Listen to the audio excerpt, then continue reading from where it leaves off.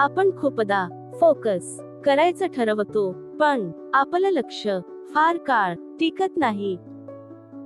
कधी फोन, कधी नोटिफिकेशन्स, तर कधी मनातील विचार, आणि क्षणात आपलं लक्ष भटकून जातं.